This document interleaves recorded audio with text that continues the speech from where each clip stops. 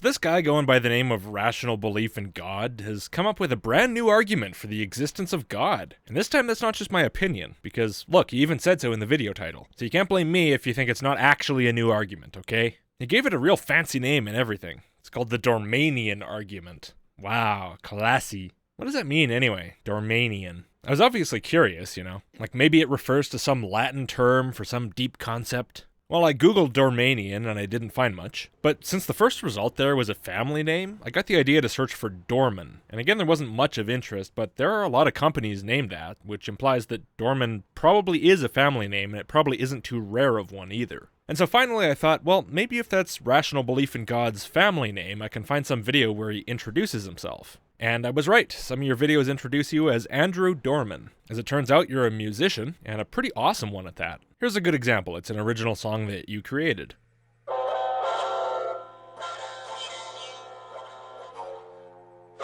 Every day while the world is hiding, one may praise the nothing that's enlightening. Call truth and people realizing they say it's the first, so damn those who are dying. Hey man, don't get discouraged. I know it's been a while since you started playing music on YouTube, but I have a good sense for talent. I'm sure your name's gonna be all over the radio at no time. You're doing some really unique stuff. I particularly appreciate the complex and challenging tuning that you chose for your instrument. So, as this video goes along, I'm going to do my part to promote you by taking occasional music breaks. I know for a fact that 1 or 2 people who watch me have record label connections, so someone get this guy signed, alright? If not as a rocker, then at least as a rapper. Sacrificial reliance upon science, ignorant of the precepts of self-defiance. Meanwhile, that doubting old mentor becomes a paradox cemented, stripped away in humanity, self-highly distant from a world engulfed in homily, instruction itself is now in jeopardy. Damn, son, that track's so dope I almost couldn't believe it was real. Anyway, after I watched your video, not the music one, the argument one that we're about to talk about, which I promise I'm actually getting to, eventually, I went to the website that you linked in the description, and your username there, as one would expect, is Andrew Dorman. But weirdly, it seems that you're publishing your, book as André Dormand, with an accent on the E and everything. Look, if you want to publish a book with a French pseudonym to make people think you're some pretentious Anne Rice vampire, fine. But maybe don't also spread your real name around on the same website?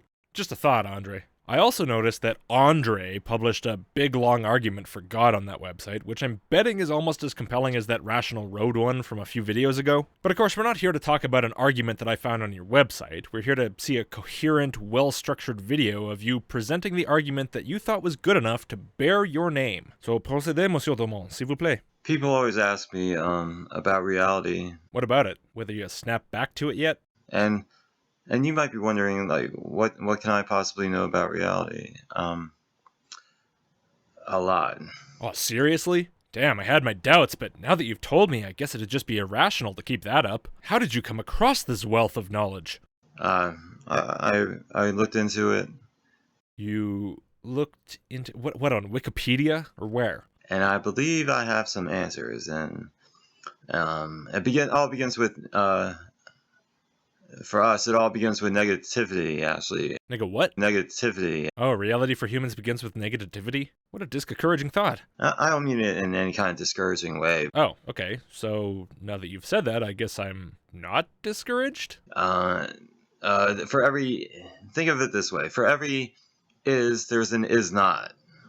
There's an opposing is not, relatively speaking. Alright, we've about reached the point here where I'm going to have to start translating, or at least doing my best to translate, which might not be enough, because otherwise this is going to start to get really confusing really fast. So, okay, for every is, there's an is not. I think what you're trying to say is that for any statement that something exists or is true, you can negate that statement by adding the word not and say that it does not exist or that it is not true, which is true. And, when you think about is not, it's conceptual. That is to say, it's of the mind. So is. But I think what you want to say, judging from what you say later, is that something that exists, is a feature possessed by reality, but something that is not a feature possessed by reality. So when we say that something does not exist, its non-existence seems like a part of reality to us because we have non-existence as a concept. It's a trait that we can assign to things, even if those things aren't actually there. But since reality is made solely of what exists, and not of what does not exist, non-existence only really exists as a concept in the mind, but not in reality. And so, when whoever made up the first language looked around, they could see things that were there to describe them, but they couldn't see the things that weren't there because they weren't there. And so they had to somehow figure out that there might be some utility in talking about things that aren't there at the very moment they're talking.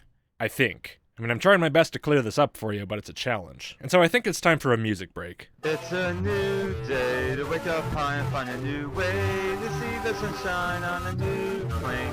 The rises and plunges as the segways around us we may. Thanks, Andre. I was flagging a little bit there, but you inspired me to go on. Thank you. And there are no actual voids in the universe. For instance, when a physicist says, like, the universe came from nothing, they're not referring to an actual nothing, a vacuum. They're thinking of a low energy space. So there are no actual voids that we actually anyone actually observed. This is something purely of the mind that we came up with. Great, so that supports my interpretation. You're saying that there is no nothing anywhere because nothing is not a thing. And so talking about something's non-existence does not actually refer to anything in reality, but rather to something that's not in reality. And so that non-existence is not really real in the sense of something that really exists. But then I think you're going one step further to saying that as a result of that, non-existence is only real in our minds. But I would kind of disagree because as I see it, the non-existence of something in reality is still a truth about reality. So the fact that something does not exist still reflects in reality. Let's take Russell's teapot as an example, a teapot that orbits the sun between Earth and Mars that, for the sake of argument, we'll agree definitely doesn't exist. So how would you answer this question? Is it true about reality that there is not a teapot orbiting the sun? The correct answer is yes, that is true, and as such, we've learned a new truth about reality, a truth which is true regardless of our thoughts on the matter, even though we're talking about something that doesn't exist. And you could argue that that's all it takes for something to be real, is that when you learn about it, you know something new about reality. It defines reality, just in this case, it's the negative space, not the positive. In the same way, if you remove Mona Lisa herself from the Mona Lisa, you can still learn a lot about what might belong in that empty space by studying the space outside. So all that would really have to happen for Ugg and Og to come up with this in a language is for Ugg to ask Og, "Hey Og, where am Ugg paintbrush?" And the paintbrush isn't there, so although Og has no concept of not, he clearly remembers a paintbrush sitting in the corner of the cave. But the corner of the cave doesn't have a paintbrush now. And by comparing current reality that there's no paintbrush with the memory that there was a paintbrush, all of a sudden he has a direct visual demonstration of the concept of negation, and finally, as that special music plays in the background, he turns his head to the left, and then to the right, and then to the left again. In the very first headshake in human history. Then again, maybe I'm just overthinking this and you just mean things that don't exist, in which case, what a novel and compelling observation. But it's everywhere because, as I said, like for every is there's an is not. It's just abstractions are everywhere throughout the universe, and that's an abstract thought. By which you don't mean that a recognition of the presence or absence of a thing in and of itself is abstract, but that the idea of absence or non-existence or whatever is abstract, right? Well, sure, but it's an abstract thought that refers to an extremely basic and obvious fact about reality. It's not exactly a shocker that humans would come up with the abstract concept of notness to describe it, especially since coming up with concepts is just kind of what humans do.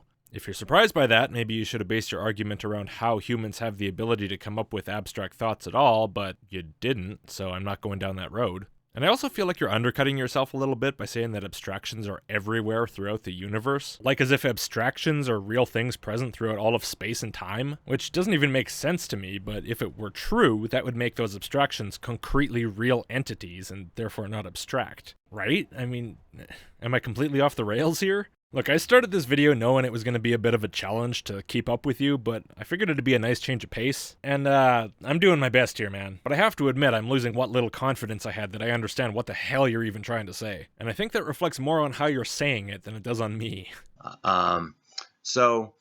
But ironically, it's unlikely that negation was caused by thought, in general because thought generally requires negation. Negation is a key feature of human-like complex thought, I agree. And the fact that it's such an important feature of not just how our minds work, but how we're forced to live by the nature of reality would be why we conceptualized it. But a human's concept of negation and negation itself are two different things. You know, negation is just, this is such and that's not. As I say, that kind of decision-making is a requirement for every organism on the planet. And not just animals, but really anything that has to find food. How do you determine what is and is not food if you can't distinguish between them? How would my cat know that he wants to spit out that popcorn because it's not meat-flavored? He doesn't have some concept of is and is not, but his brain is still perfectly capable of distinguishing between meat and not meat. He doesn't go around chomping at the air because he has no idea that there's no food there. This isn't some grand concept. This isn't like deep physics or something. It's not something you even have to understand to make use of. It's just a basic necessity for any sort of complex action, and it's hardwired into brains, and not just brains, but organisms with no brains. So yeah, the ability to make distinctions is not conceptual. It's not something that we sat around pondering and then thought, aha, maybe that's a thing we can do. And then we invented the concept. Asking how that happened is about as misguided as asking how a computer invented Boolean logic.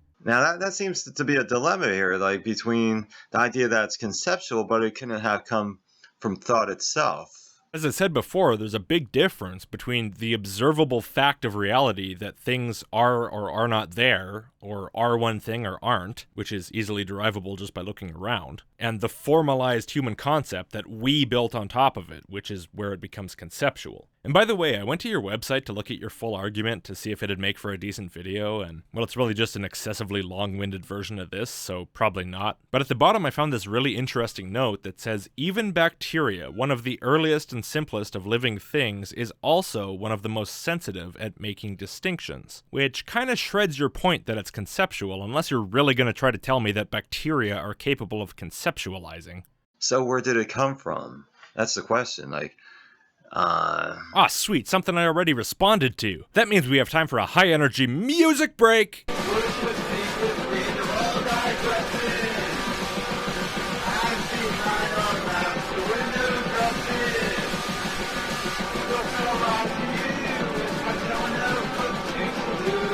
Oh yeah! That got my blood pumping. Let's get this thing back on the road, Andre. And the only answer I could come up with is that you're talking pointless gibberish and should probably stop making a fool of yourself. Well, let's go back one more. Is that 1 second, and just to discuss about negation. Now, there are no pre-negative languages known ever. There was never any such language. There's no pre-affirmative or purely affirmative idea that we ever had. These are all, that's just the way thought is. We have had purely affirmative ideas. That last sentence I just said was purely affirmative. And that one. And that one. And that one. And that one. And that one. Oh man, I'm stuck in an affirmation loop again. And that one. Anyway, yeah, I can definitely believe that there are no known languages lacking any concept of negation, but what's that supposed to demonstrate? That people have had a grasp on is and is not for a really long time? Yeah, I'm pretty sure we all assumed that already, and if we think of, like, maybe it evolved or emerged somehow, let's go back to how the first organism would have been, like... Okay, lacking sense perception, locomotion, even the most basic decision-making. Is that kind of what you're going for? It could have been wanting something.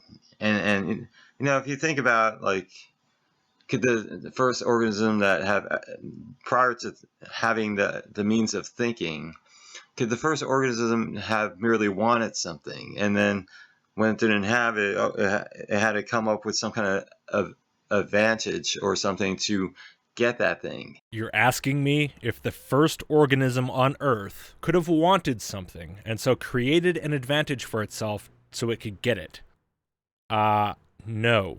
Just to be clear, you're trying to talk about evolution, I think. And that's how you think it works, is it? Organisms that are most likely incapable of any form of even sense perception, let alone any kind of thought at all, somehow experience desires and develop upgrade packages to fulfill them? Is this kind of like Kent Owen's bacteria implementing population control and deciding they should live forever and be happy? Not only did life evolve from non-living material, then this life had to learn to reproduce itself.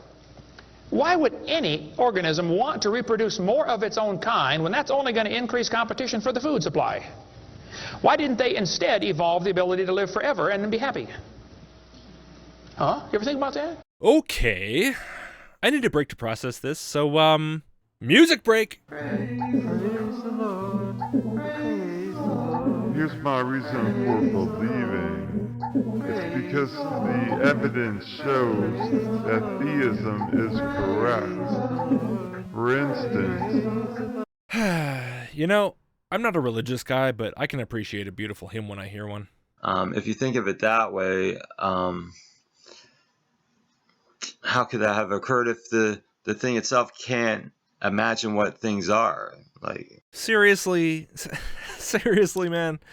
Okay, Andre, look. There's this thing called evolution, where organisms that have traits that are more favorable in the environment that they happen to find themselves in tend to survive and reproduce some amount better, and ones with less favorable traits tend to... Actually, you know what? I think that's a little bit beyond your level. Let's just leave it at saying that evolution is not based on organisms figuring out how to add new features, like Pickle Rick adding rat parts to his body.